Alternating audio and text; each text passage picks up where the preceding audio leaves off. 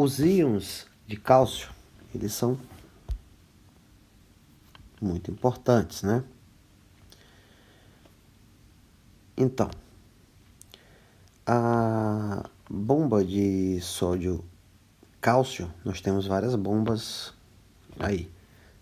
Sódio glicose, sódio cálcio, sódio potássio. Vamos falar aqui da sódio cálcio, tá? Ela causa a maior parte do potencial de ação. Ela é a maior responsável pela manutenção aí do potencial de ação. Ou seja, o que é o potencial de ação? Como a gente já viu, não foi a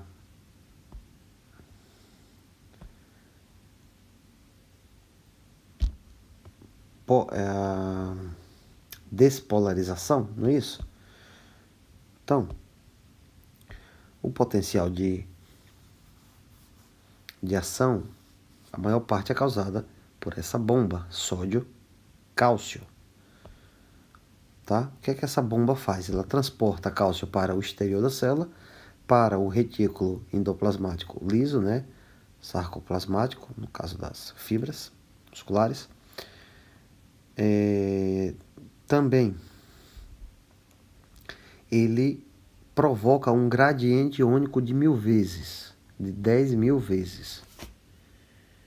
Tá? Significa dizer que eu tenho 10.000 vezes mais cálcio fora da célula do que dentro da célula. Perfeito? Dessa forma, nessa imagem aqui, essa bomba de sódio cálcio é responsável por essa manutenção do potencial elétrico, ou seja, dentro está negativo, fora está positivo. O cálcio é que vai ser responsável por segurar, tá? Por mais tempo essa diferença aí, ok? Então, observe que os canais de cálcio, tá? Esses canais de cálcio é para entrada, já que a concentração fora da célula. Canais, né? Falando de canais aqui, para não haver confusão. Você tem que voltar lá na aula 1 e entender o que é um canal aquoso, tá? É diferente de uma bomba. O canal aquoso é processo de difusão. Então, o canal de cálcio, ele, como fora está 10.000 vezes mais concentrado do que dentro, quando abre esse canal de cálcio, que ele é ativado pela despolarização da membrana, né, o sódio ele abre e permite também a abertura desses canais de cálcio. Perfeito? Então, o cálcio vai entrar na célula junto com o sódio também. Então, ele abre em resposta ao potencial de ação da despolarização, tá? A função é contribuir para a fase da despolarização. Ele tem uma regulação lenta. Por que isso? Porque isso é importantíssimo. Ele tem de 10 a 20, ele é de 10 a 20 vezes mais lento do que a ativação do canal de sódio. O que é ativação? É quando aquelas duas comportas ficam abertas, tudo abertinho ali. Tá? Então esses canais de sódio ele é mais lento do que, os canais de cálcio é mais lento do que o canal de sódio, de 10 a 20 vezes. Por essa razão, eles são chamados de canais lentos de cálcio. Em contraponto, canais rápidos são canais de sódio. A abertura dos canais de cálcio causa uma despolarização, ou seja, ele mantém por mais tempo o interior da célula positivo, tá? Porque ele é lento, o processo de ativação, de ativação dele é lenta, ele mantém por mais tempo o canal aberto. Então, quem é que dá início é o sódio. Quem segura? O cálcio. Nós temos aí, são numerosos aí os números de canais de cálcio. Nós temos no coração, tá? No músculo liso. Ele é o mais comum, tá? Canais rápidos de sódio, eles são mais raros, tá? Potencial de ação ocorre quase que exclusivamente por causa de canais de cálcio lento, tá? No fundo, o canal de cálcio é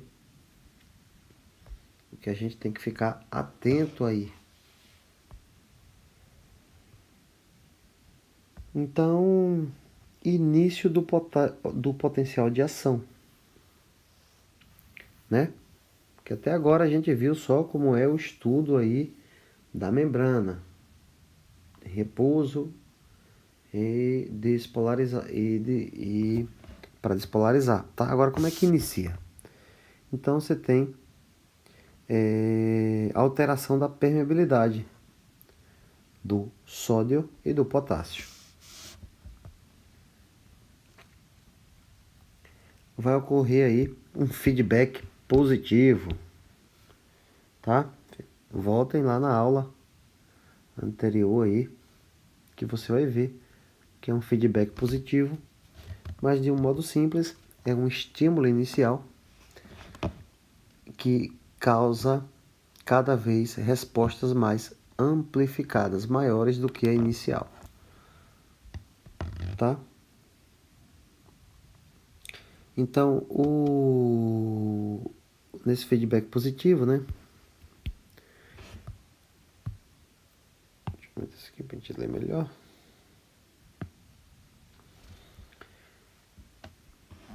Ele causa um influxo rápido de sódio.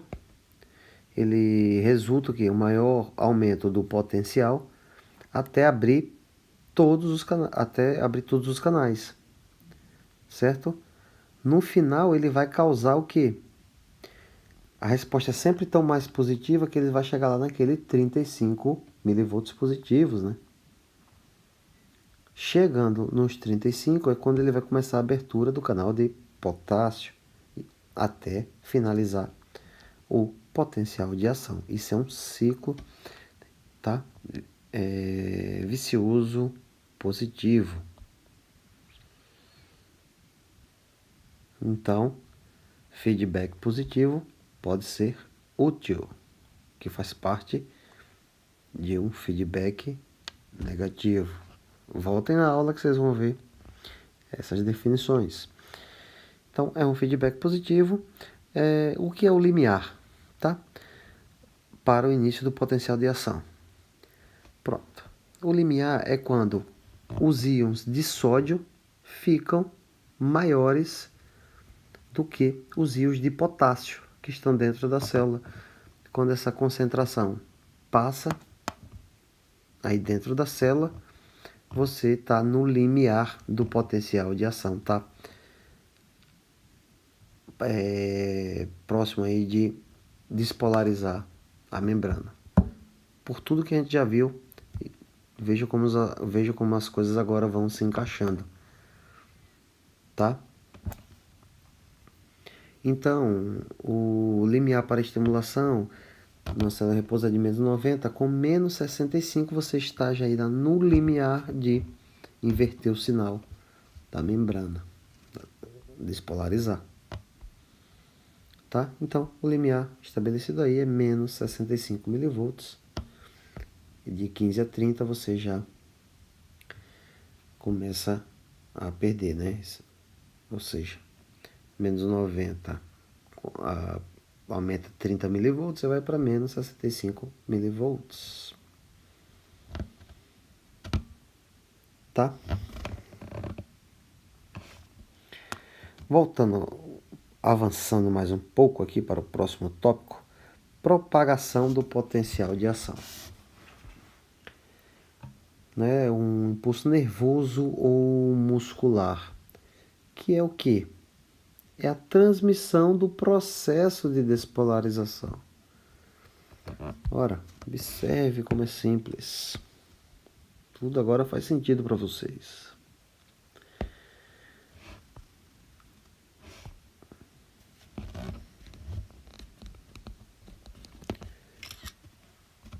Aqui nessa figura, você tem o estado A. Aqui está polarizado. Aqui ocorre o ponto de despolarização. E ele vai chaveando e trocando até as extremidades. Então, isso é a propagação do potencial em ambas as direções. Como uma gota aí no lago. Sai. Tá? Simples também. Sem dificuldades isso aqui.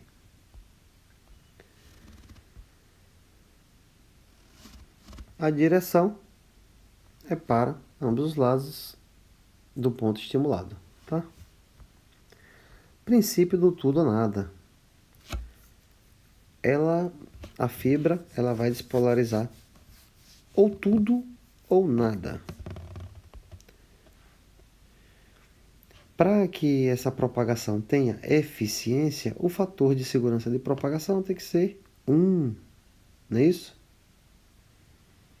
O que é isso? É uma proporção entre o potencial de ação dividido pelo limiar. Tá? Então, tem essa relação aí. Se for maior que 1, significa dizer que vai haver a propagação. Tá?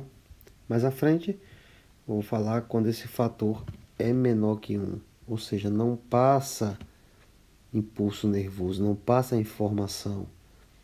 Né? Então, usado em anestésicos e tal. Então, normalmente tem que ser maior que 1. Então, ocasionalmente aqui, botando observação, ele encontra uma área que não se propaga. Tudo bem.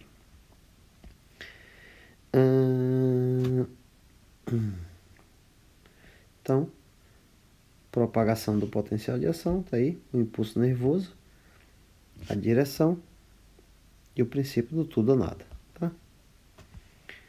O restabelecimento dos gradientes iônicos do sódio e potássio após o término do potencial de ação. Importância do metabolismo energético. Importantíssimo. Print. Bomba de sódio e potássio. Metabolismo energético. ATP. Tá? É um contratransporte.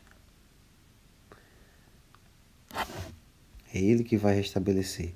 Tira 3 sódios, coloca 2 cálcios, 2 potássios para dentro. 3 sódios para fora, 3 potássios para dentro para restabelecer. Aí. E isso gasta ATP, porque é um contratransporte, tá? O Plator em alguns potenciais de ação. Plator, na língua espanhola, se chama meseta. Então, canais rápidos de sódio, eles geram o spike. Spike nada mais é do que esse pico aqui, que eu sinalizei com a seta, que é o ápice, tá? Abertura rápida, sai de menos 90 até 35, até passa às vezes, é o spike, é o pico, tá? A meseta, quem é que mantém? Os canais de deixa eu ver isso aqui. canais de cálcio. Por quê? Nós vimos isso.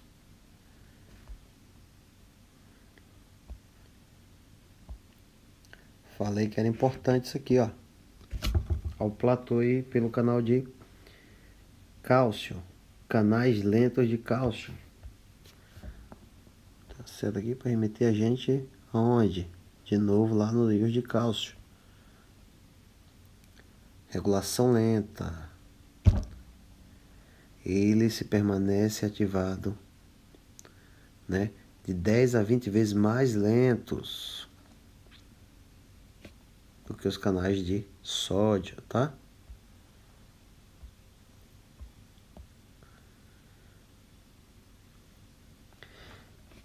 E a abertura lenta de potássio determina aí a queda da curva, ó.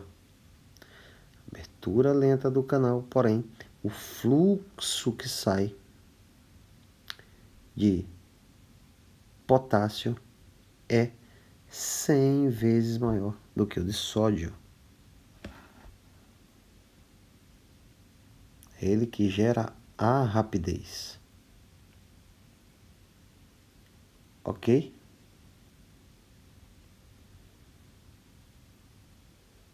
Então,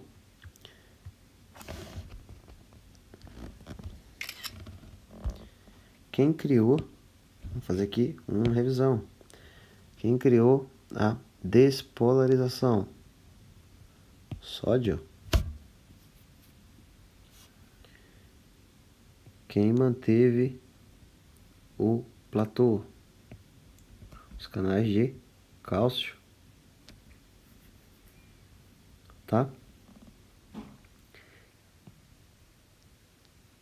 Quem está criando a despolarização? Despolarização. Para haver despolarização, tem que ter saída de sódio. Não entrou sódio? Tem que sair sódio. Então, sódio está saindo aqui também, ó. Sódio sai aqui. Olha ele despolarizando. Porém, se não tivesse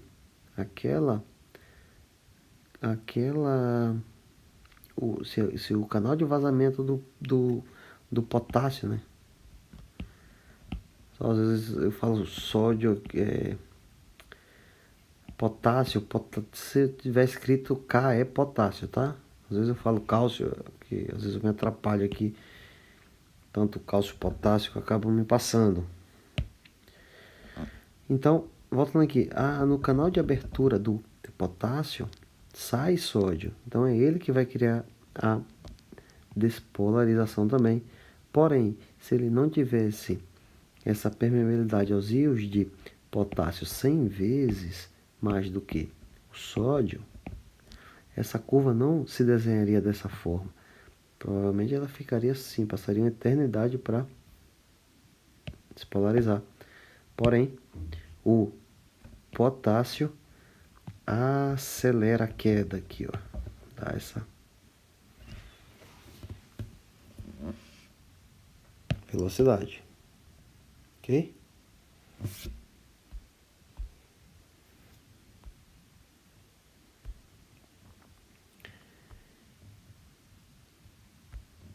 Então, ritmicidade de alguns tecidos excitáveis.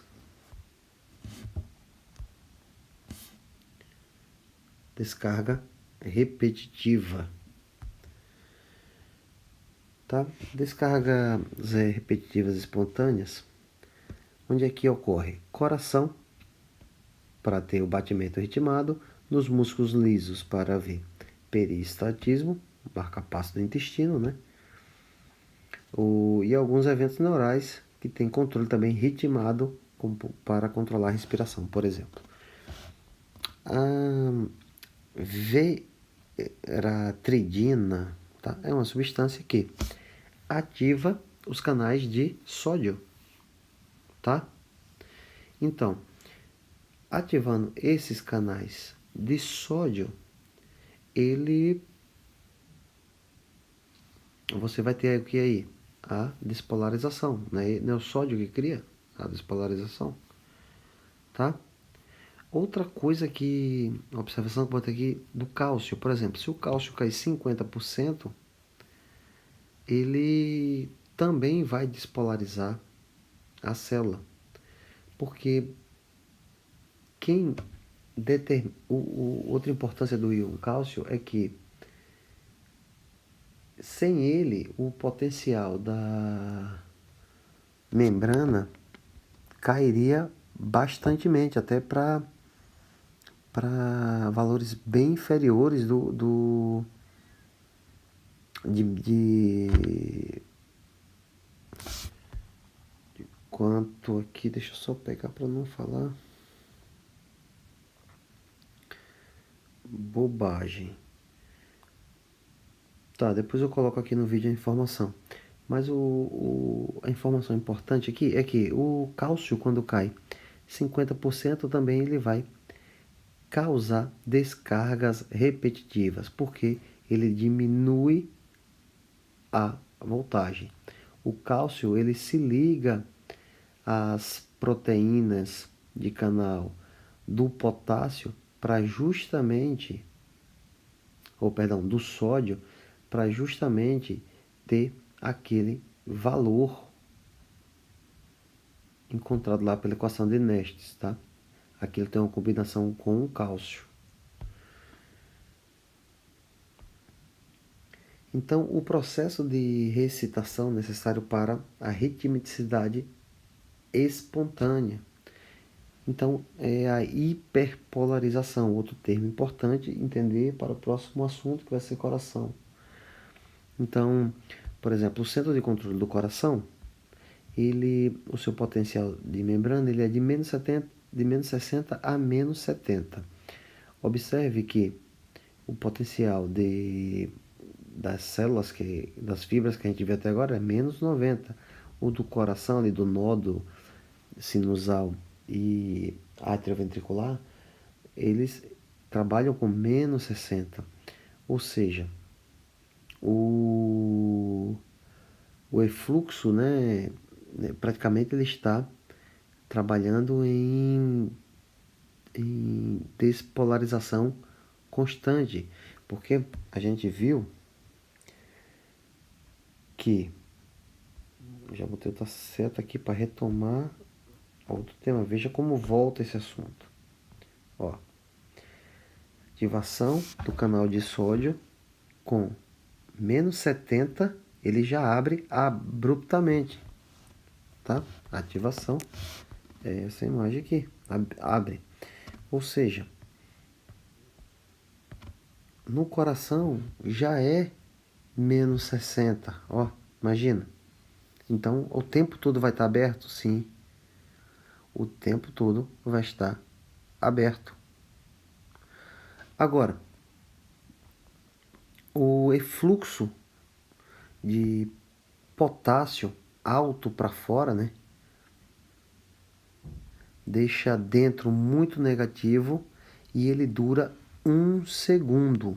Essa informação é importante.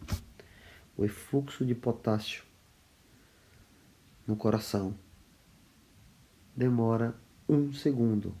Esse tempo prolongado, tá, faz compensar esse valor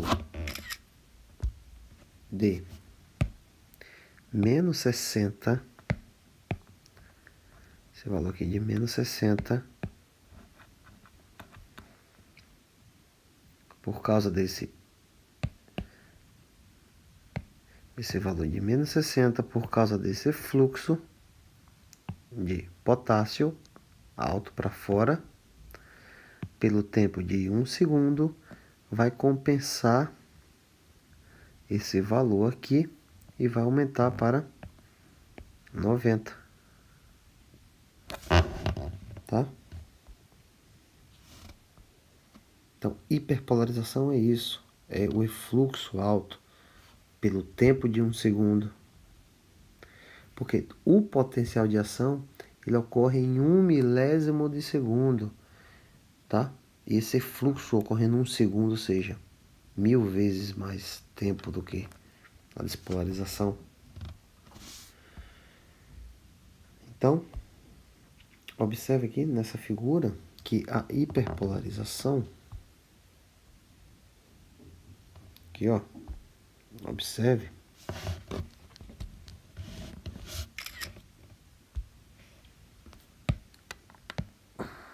que sai a despolarização, tá?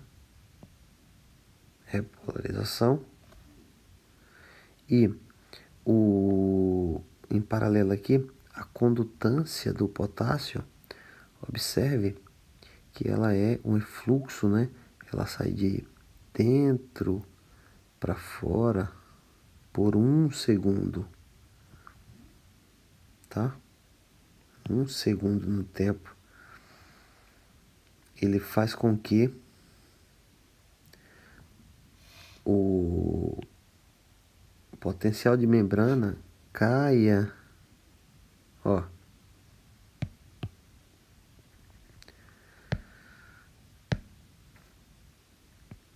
O efluxo é essa saída aqui, essa subida dessa linha pontilhada. Faz com que o potencial, vou botar aqui amarelo, ele reduza e passe o nível de 60, que é o do coração, ó. Potencial de membrana, então ele passa, tá? Essa abertura. E esse retorno aqui, ó, esse retorno vai ser o que?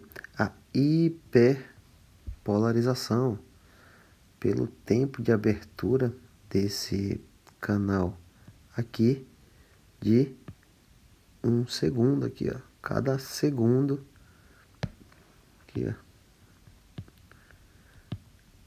1 segundo potássio interferiu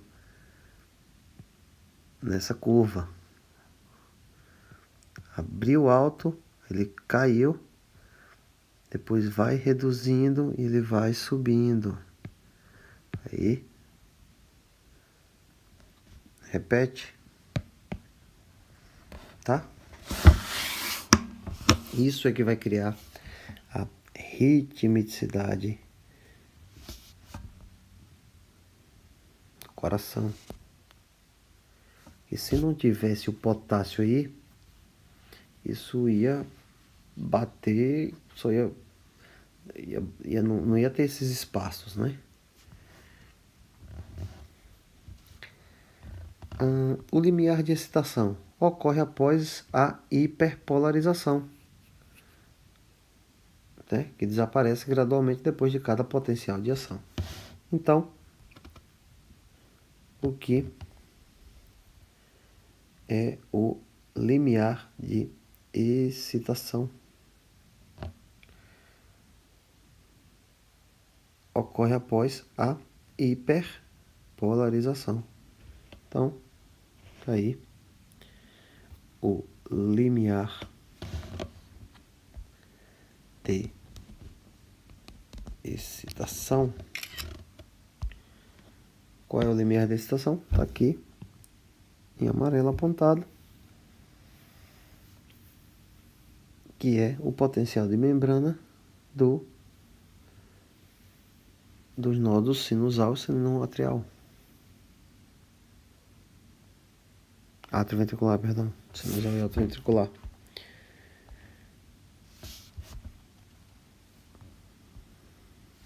Tá? Então tá aí a ritmicidade das descargas repetitivas, tá?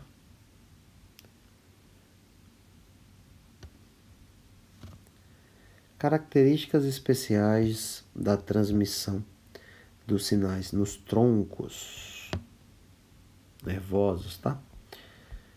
Fibras nervosas mielinizadas e amielinizadas. O que é isso? Tá?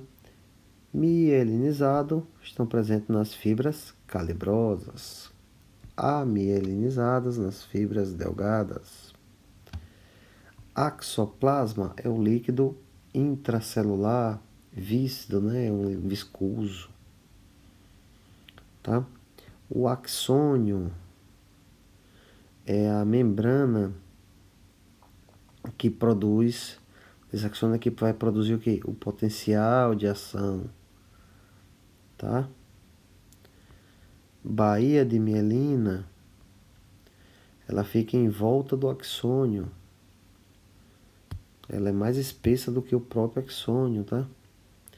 Nodo de Javier, a cada 1 a 3 milímetros existe um nodo de Javier, tá? Esfigomielina é um isolante elétrico, tá? Ela reduz o fluxo iônico em até 5.000 vezes. Vou voltar, tá, pessoal? Calma, só estou dando os conceitos.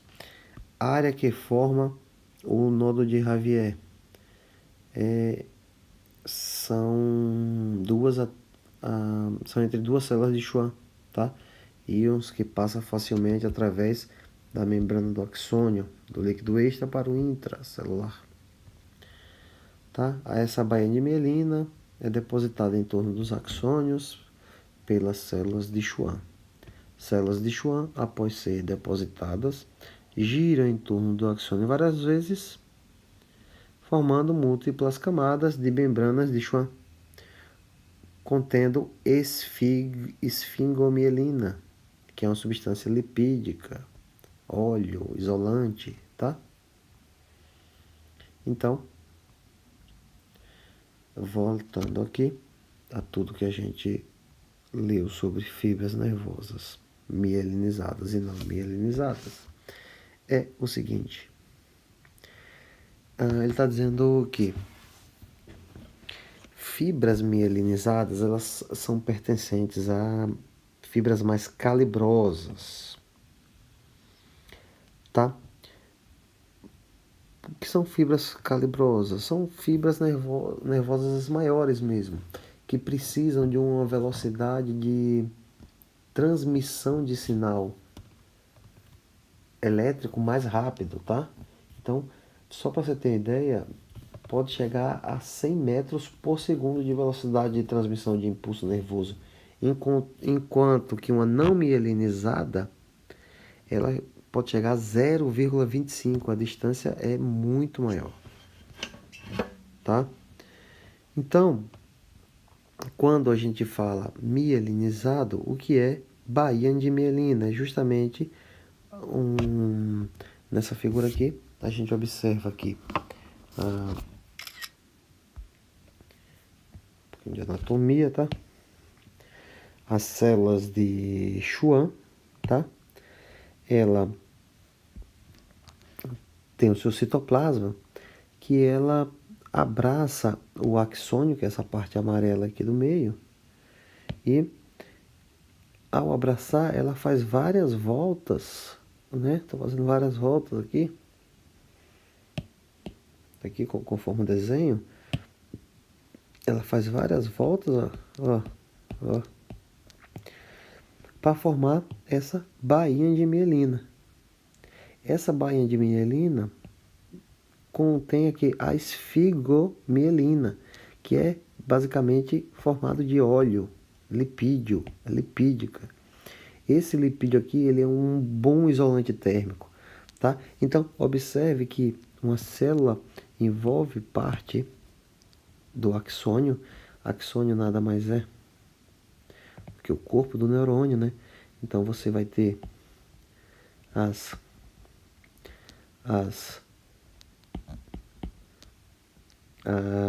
células de Schwann formando esses envoltos aqui, ó, tá? Formando aqui a bainha de mielina e gerando alguns espaços. Esses espaços aqui nós vamos chamar de nodos de Ranvier. Olha aqui, ó, nodos de Ranvier. Então, células de Schwann abraçam o axônio, fazem essa volta, tá? E formam a bainha de mielina e os nodos de Javier, tá? O axônios amielinizados,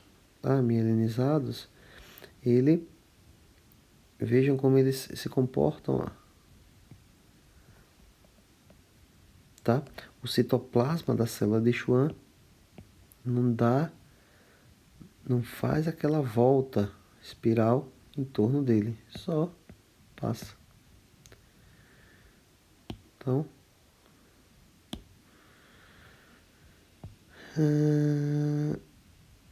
observe que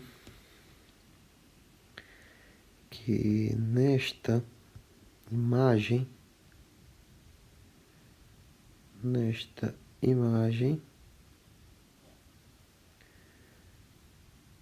tá aqui, ele diz que é um corte transversal, pequeno tronco nervoso contendo fibras mielinizadas e amielinizadas, tá?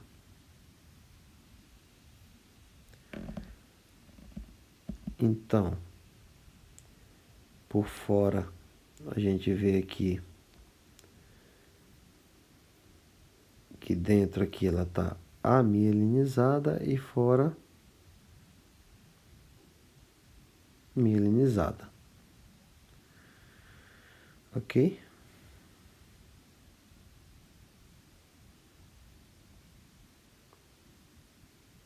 Perfeito. Então, voltando aí.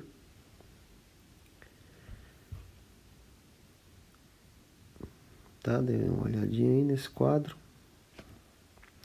Vamos passar agora para condução saltatória de nodo a nodo, tá? Então, qual a importância? Ele pula longos trechos, aumenta a velocidade de 50 a 100 vezes, tá? Só ocorrem potenciais de ação nas células mielinizadas, óbvio, só vão ocorrer nos nodos de Ranvier, uma vez que existe aquele isolante pela esfigomielina, pela bainha de mielina, tá? Então, eles vão criar saltos, ó, de nodo a nodo. Perfeito? Tá aí a velocidade, como eu falei, nas fibras nervosas não mielinizadas, amielinizadas, mais finas, 0,25, e as mielinizadas, 100 metros por segundo. A excitação é o processo de geração do potencial de ação. Qualquer fator que provoque fluxo de sódio para dentro da célula é um fator de excitação. Quais são esses fatores? Pode ser mecânico, químico e elétrico, tá? Mecânico, exemplo, terminações sensoriais nervosas na pele, por exemplo. Químico, neurotransmissores, né? Neurônio. Corrente elétrica, células do coração, intestino, tá? É puramente corrente elétrica. A gente vê que ele tá o tempo todo, o seu potencial de membrana dele já é uma despolarização. É o efluxo de potássio que faz ele bater rítmico, né? Então, a excitação da fibra nervosa por um eletrodo metálico com carga negativa. Tá? Isso aqui é em laboratórios, quando você quer estimular um músculo, você aplica uma carga negativa, você retira a positividade do lado de fora e assim gerando o potencial de ação. Então, o que é um período refratário, né? Após o potencial de ação, durante o qual um novo estímulo não pode ser evocado. Ou seja, enquanto não terminar a despolarização daquela fibra inteira, não vai haver uma nova despolarização, tá? Então aqui, ó, o novo potencial de ação não pode ocorrer enquanto a membrana estiver despolarizada pelo potencial de ação precedente. O período refratário absoluto é o período o qual o segundo potencial de ação não pode ser produzido. Fibras mielinizadas, tá? Possui um período refratário aí de 1/2500 segundos, tá? Então significa dizer que ele passa 2.500 impulsos por segundo para uma fibra mielinizada. É muito, né? Então, a inibição da excitação, estabilidade e anestésicos locais, né? Estabilizadores. Olha a importância do cálcio mais uma vez. A alta concentração no líquido extracelular reduz o quê? A excitabilidade do tecido.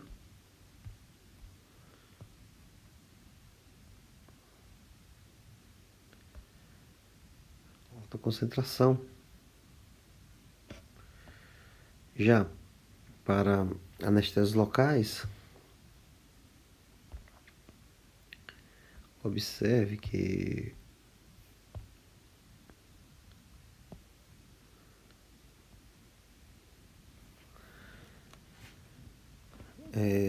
alguns mais importantes nós temos aí a procaína e a tetracaína.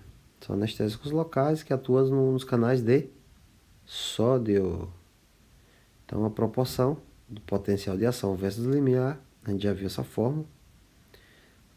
Quando o fator de segurança é menor que 1, então os impulsos deixam de passar pelo nervo anestesiado. Tá? Quando o fator, essa proporção aí, o fator de segurança, potencial de ação maior que 1, a propagação do potencial de ação. Tá? Então, assunto um pouco longo, mas é um assunto fácil. Esses detalhes que você tem que entender. Então tá aí o panorama do mapa, tá? O panorama do mapa mental. Abordamos aí 9 temas, né?